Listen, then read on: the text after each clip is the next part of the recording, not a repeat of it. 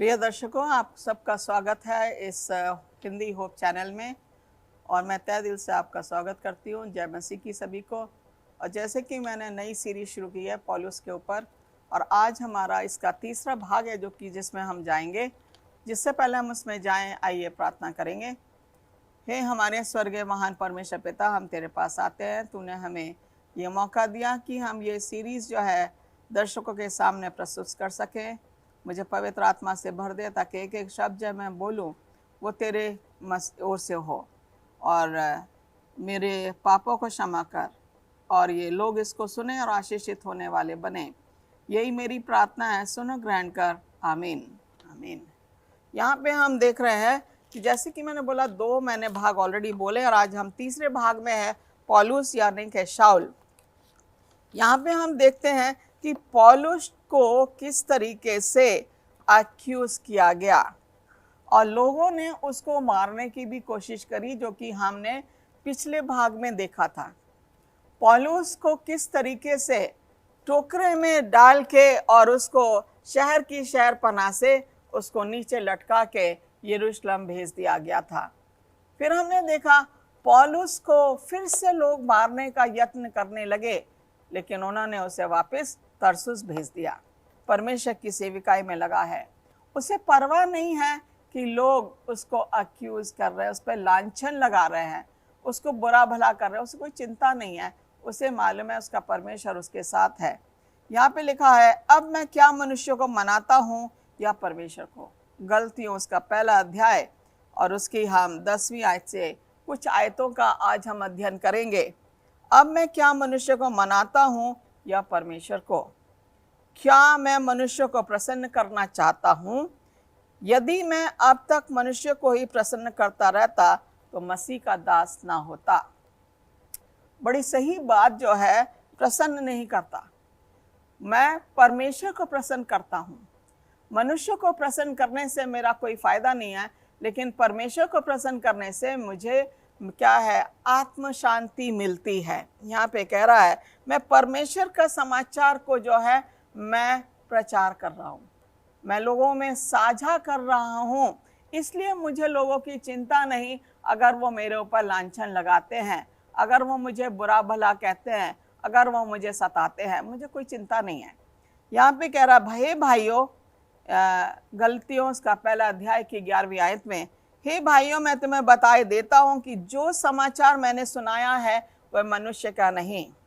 यहाँ पे हम ये देखते हैं, लोग ये सोच रहे थे पौलुस जो समाचार दे रहा है ये अपने मन गढ़ंत जो है इसका समाचार है, ये अपने आप इसने बनाया है, परमेश्वर की ओर से नहीं है।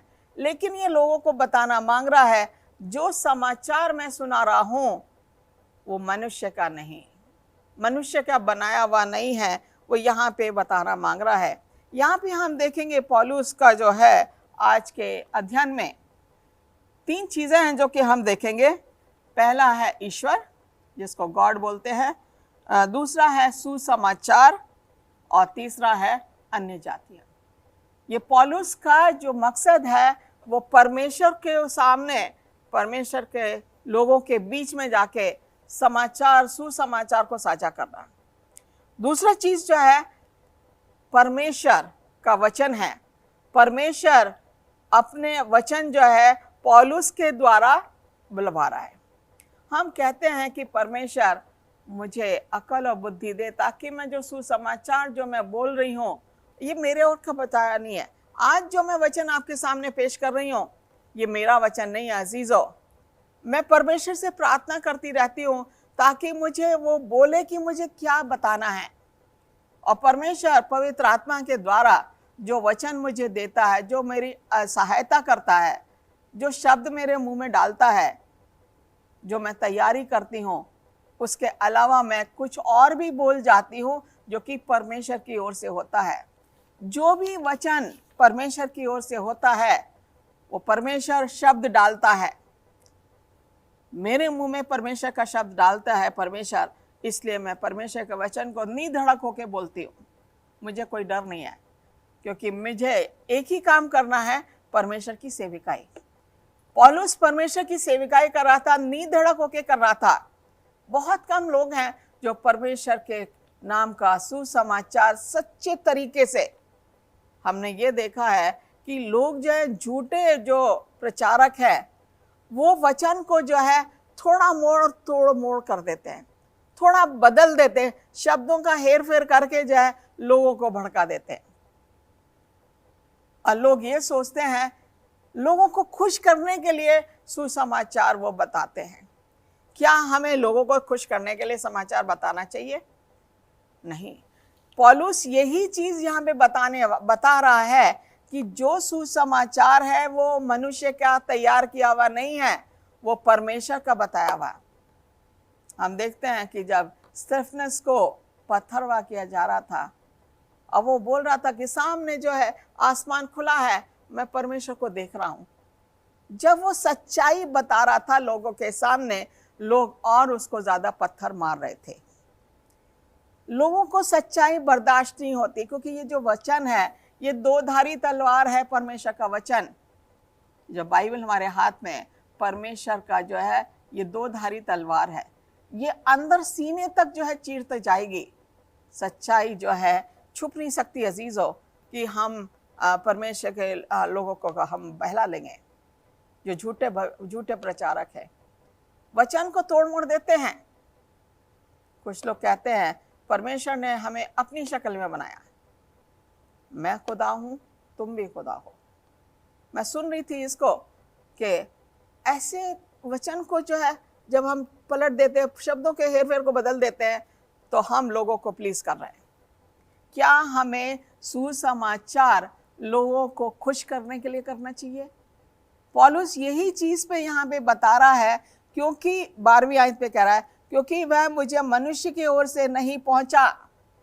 ये सुसमाचार अजीजों, ये मनुष्य की ओर से नहीं पहुंचा है, ना मुझे सिखाया गया, पर यीशु मसीह के प्रकाशन से मिला है। जब ये दमिश्क में था और इसके ऊपर रोशनी आ जाती चारों ओर, और जब ये मसीह कहता तू मुझे क्यों सता रहा, मैं यीशु हूं, यहाँ पे वचन जो है यहाँ से इसमें परिवर्तन आ जाता है।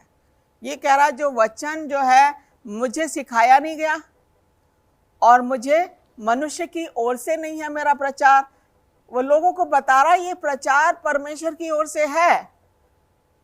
यहूदी मत में जो पहले मेरा चाल चलन था, उसके विषय तुम सुन चुके हो कि मैं परमेश्वर की कलीसिया को बहुत ही सताता और नष्ट करता था।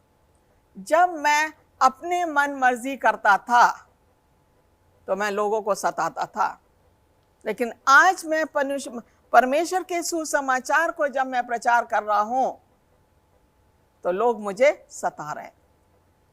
उसने जो है लोगों को बताया कि ये प्रचार है, मुझे परमेश्वर ने बुलाया। दूसरी चीज पौलुस बताना मांग रहा है, उसे परमेश्वर ने बुलाया। हम देखते हैं कि इसको कैसे बुलाया। इसको दमिश्क के रास्ते में परमेश्वर ने बोला, हे शाऊल, हे शाऊल। वो कहता, हे प्रभु तू कौन है? और वो हनन्याह को बोलता, ये तो मेरा चुना हुआ पात्र है, तू जा इसके सर पे हाथ रख और ये देखने लगेगा। और परमेश्वर ने इस तरीके से उसे बुलाया। पौलुस कह रहा मुझे परमेश्वर ने बुलाया।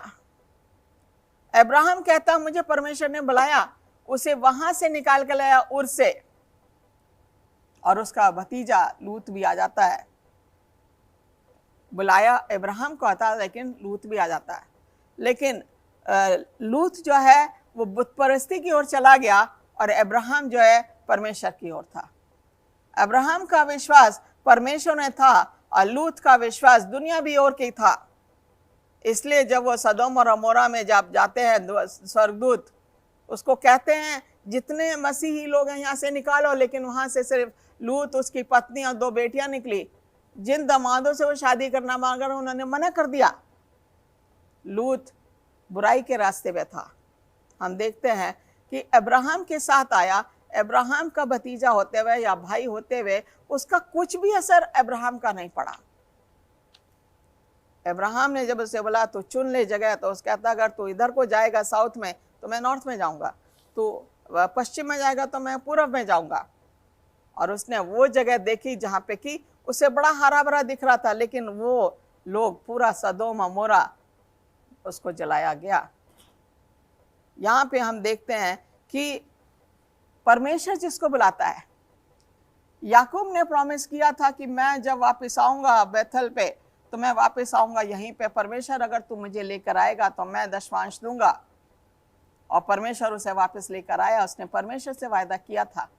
हम देखते हैं परमेश्वर हमें बुलाता है, जिसको परमेश्वर बुलाता है वो परमेश्वर का होकर रह जाता है। जैसे दाऊद ये कह रहा, यहूदी मत में जो पहले मेरे चाल चलन था, वो बता रहा कि मैं जब यहूदी था, यहूदी वो आज भी है, फरीसी आज भी अपने आप को कहता है, बिन्यामीन के गोत्र का वो अभी भी है, वो चेंज नहीं हुआ। कह रहा जब मैं यहूदी मत में था, मेरा काम क्या था? लोगों को सताना और उनको नष्ट करना, लोगों को मारना, घरों से खींच के बाहर ले जाना। कलीसिया में अगर वो आराधना कर रहे हैं तो मैं उनको वहां भी मार मार के बाहर ले जाता था, और वो मेरा काम था, क्योंकि मैं परमेश्वर के साथ नहीं था। वो अपने काम याद कर रहा है जो उसने मसीही लोगों को मारा, लेकिन अब वो तैयार है कि मसीह के लिए अगर उसे सताया जाए तो वो तैयार है। यहाँ पे कह रहा है वो कि अपने बहुत से जाति वालों से जो मेरी अवस्था के थे, यहूदी मत में अधिक बढ़ता जाता था, और अब अपने बाप दादों की परंपराओं के लिए बहुत ही उत्साह था। ये जो यहूदी थे ये परंपराओं पे विश्वास करते थे, और जो परमेश्वर के पास आ जाए वो परंपराओं में, आदमी की बनाई हुई परंपराएं, आज हम देखते हैं कि कस्टम्स एंड ट्रेडिशंस, रीति रिवाज के पीछे लोग ज्यादा भागते हैं, अंधविश्वास की ओर ज्यादा भागते हैं। क्यों? क्योंकि वो आदमी के बनाए हुए अंधविश्वास है। अंधविश्वासों पे वो विश्वास करते हैं, अगर बिल्ली रास्ता काट गई तो आप खड़े हो जाओगे, ये अंधविश्वास है, आदमी का बनाया हुआ अंधविश्वास है। आज के दिन हमें नहाना नहीं है तो नहाएंगे नहीं, क्योंकि आदमी का बनाया ट्रेडिशन है। आज हमें ट्रैवल नहीं करना क्योंकि आज जो है ये दिन ठीक नहीं है। ये आदमी के बनाए हुए रीति रिवाज हैं, जो कि यहाँ पे पौलुस कह रहा है कि मेरे बाप दादाओं की परंपराओं के लिए मैं बहुत उत्साही होता था, लेकिन अब वो उन रीति रिवाजों से, कुरीतियों से बाहर आ गया है, क्योंकि परमेश्वर ने उसको चुन लिया है। वो इन लोगों को बता रहा है, आदमी के बनाई हुई रीति रिवाजों के लिए मैं नहीं हूं, अब मैं परमेश्वर के प्रचार के लिए हूं, परमेश्वर का मैं भक्त हूं, परमेश्वर का मैं पात्र हूं। ये बता रहा मैं पहले क्या था और अब मैं क्या हो गया हूं। वो पुराना शाऊल उनको दिखा रहा है और नया पौलुस उनको दिखा रहा है कि पुराने शाऊल में और नए पौलुस में क्या फर्क है, वो उनको बताने की कोशिश कर रहा है। पुरानी परंपराओं में बहुत खुश हो जाता था, लेकिन अब जब मुझे कोई परंपराओं के बारे में बोले तो मैं उनसे खुश नहीं होता, क्योंकि मैंने परमेश्वर को चुन लिया है। ये कह रहा है, परंतु परमेश्वर की जिसने मेरी माता के गर्भ ही से मुझे ठहराया और उस अपने अनुग्रह से बुला लिया। परमेश्वर का अनुग्रह आप पे और मुझ पर है। क्या हम परमेश्वर के अनुग्रह के लायक हैं? सोचने वाली बात है। हम तो पापी हैं, उसके अनुग्रह के लायक नहीं है, लेकिन परमेश्वर ने वो कहता है मेरा अनुग्रह तुम्हारे लिए है, वो काफी है तुम्हारे लिए। परमेश्वर का अनुग्रह हमारे लिए है। परमेश्वर अपने अनुग्रह से हमें बुलाता है। परमेश्वर ने अपने अनुग्रह से हमें चुना है, हम उसके पात्र बन गए हैं। यहाँ पे कह रहा है कि जब इच्छा हुई कि मुझ में अपने पुत्र को प्रकट करे कि मैं अन्य जातियों में उसका सुसमाचार सुनाऊं, तो मैंने मांस और लहू से सलाह ली। मांस और लहू का मतलब आदमी से। मुझे शब्द देता बोलने के लिए, तो मुझे आदमियों से बोलने की क्या जरूरत है? यहाँ पे कह रहा है आगे 17वीं आयत में, गलतियों 1:17 में बताया गया है, और ना यरूशलेम को उनके पास गया जो मुझसे पहले प्रेरित थे, पर तुरंत अरब को चला गया और फिर वहां से दमिश्क को लौट आया। ये अरेबिया चला जाता, फिर वहां पे दमिश्क में आ जाता है। ये 3 साल का इसका गैप होता है और उसके बाद ये वापस आता है। 3 वर्ष के बाद मैं कैफा से भेंट करने के लिए यरूशलेम गया और उसके पास 15 दिन तक रहा। कैफा जो है पतरस, उसका दूसरा नाम जो है पतरस भी बोला गया है। तो ये बता रहा है कि जब मैं वापस आता हूँ तो मैं कैफा यानी पतरस के पास रहता हूँ। मैं 2 हफ्ते ये वहाँ रहता है। यहाँ पे देख रहे हैं कि कितने लोग जो हैं आदमियों की बनाई हुई ट्रेडिशंस पे हैं, परंतु ये कह रहा है प्रभु के भाई याकूब को छोड़ और प्रेरितों में से किसी से ना मिला। ओके, प्रभु का भाई याकूब, पतरस और याकूब जो प्रभु का भाई है, जिसको जेम्स भी बोलते हैं, ब्रदर ऑफ जीसस, कह रहा मैं उन दोनों के अलावा मैं किसी से भी नहीं मिला। जो बातें मैं तुम्हें लिखता हूं, देखो परमेश्वर को उपस्थित जान के कहता हूं कि वे झूठी नहीं है। लोगों को उसको बताने की क्या जरूरत पड़ी अजीजों? वो इसलिए जरूरत पड़ी कि लोग सोच रहे हैं कि ये जो बोल रहा है पौलुस, ये सच नहीं बोल रहा है।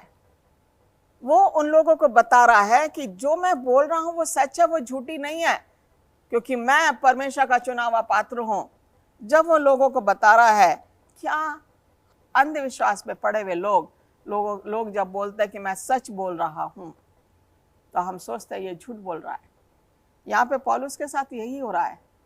वो जो भी बता रहा है लोगों को, लोग ये सोच रहे हैं कि ये झूठ बोल रहा है, और ये यहाँ पे लोगों को बताने की कोशिश कर रहा है कि जो भी मैं तुम्हें लिखता हूँ, देखो परमेश्वर को उपस्थित जानकर कहता हूँ कि वे झूठी नहीं है। परमेश्वर मेरे अंदर बस गया है। जिसके अंदर परमेश्वर बस जाता है, उसके मुंह से परमेश्वर की ही गवाही निकलती है। परमेश्वर की महिमा और स्तुति के बारे में वो बोलता है। यहाँ पे परमेश्वर के बारे में ही वो लोगों को बताने की कोशिश कर रहा है। कह रहा इसके बाद मैं सीरिया और किलिकियों के प्रांतों में आया, और पर यहूदिया की कलीसियाओं ने जो मसीह में थी मेरा मुंह कभी नहीं देखा। ओके, उन लोगों ने इसको नहीं देखा, परंतु यही सुना करती थी कि जो हमें पहले सताता था वह अब उसी विश्वास का सुसमाचार सुनाता है जिसे पहले नष्ट करता था, और वे मेरे विषय में परमेश्वर की महिमा करती थी। अब यहाँ पे बताया गया है कि ये लोगों ने ये जान लिया कि मुझ में परिवर्तन आ गया है। हम देखते हैं कि जब परिवर्तन आ जाता है तो लोग जो है वो क्या करते हैं, देखते रहते हैं और वो कोशिश में रहते हैं कि यह परिवर्तन सच्ची तरीके से है कि नहीं। ये कह रहा है जो भी मैं बता रहा हूँ, परमेश्वर क्या वचन है मेरे पास, परमेश्वर मेरे साथ है।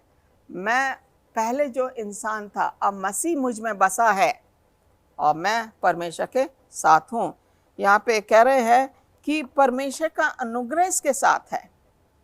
कितना विश्वास के साथ ये यहाँ पे बोल रहा है कि परमेश्वर उसके साथ है। ये जो है लोगों को प्लीज नहीं करना मांग रहा, लोगों को खुश नहीं करना मांग रहा।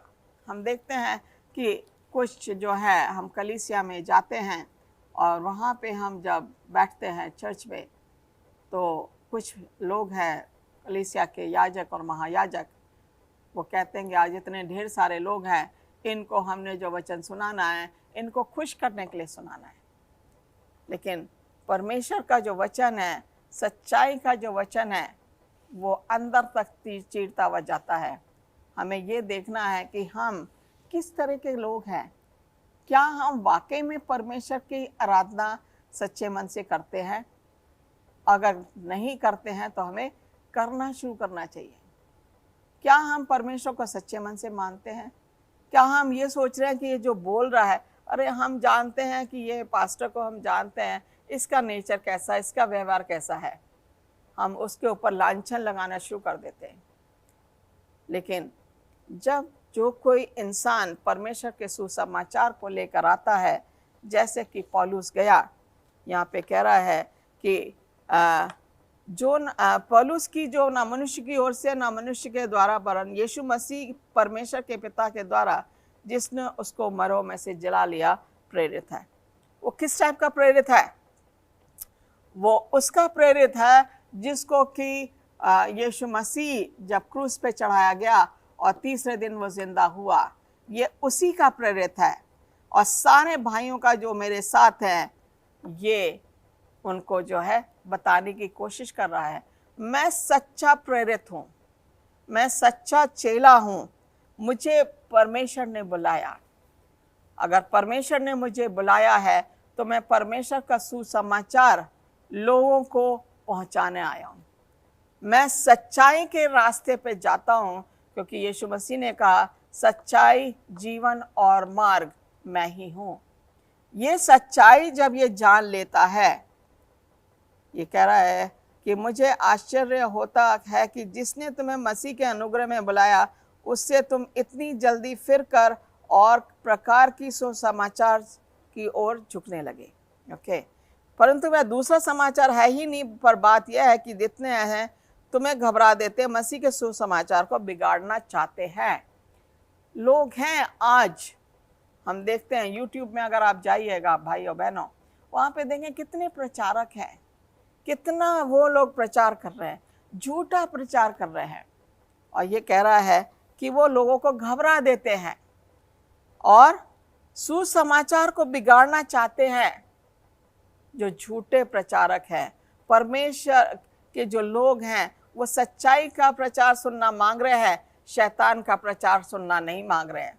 शैतान जो है उनके मन में झूठे प्रचार ला झूठे प्रचारक उसने तैयार खड़े कर दिए हैं मसीह के विद्रोह में, ताकि लोग उसको, झूठे प्रचारकों को सुन के उसी ओर बढ़े। उसे खतरा मसीह के लोगों से है, उसे खतरा शैतान के लोगों से नहीं है। शैतान को मालूम है कि ये लोग ऑलरेडी मेरी ओर है, लेकिन उसे खतरा है जब सच्चाई के साथ लोग चलते हैं, विश्वास में आगे बढ़ते हैं, उससे खतरा है। आइए हम मसीह के सुसमाचार को आगे बढ़ाएं। परमेश्वर आपको आशीष दे। आमीन।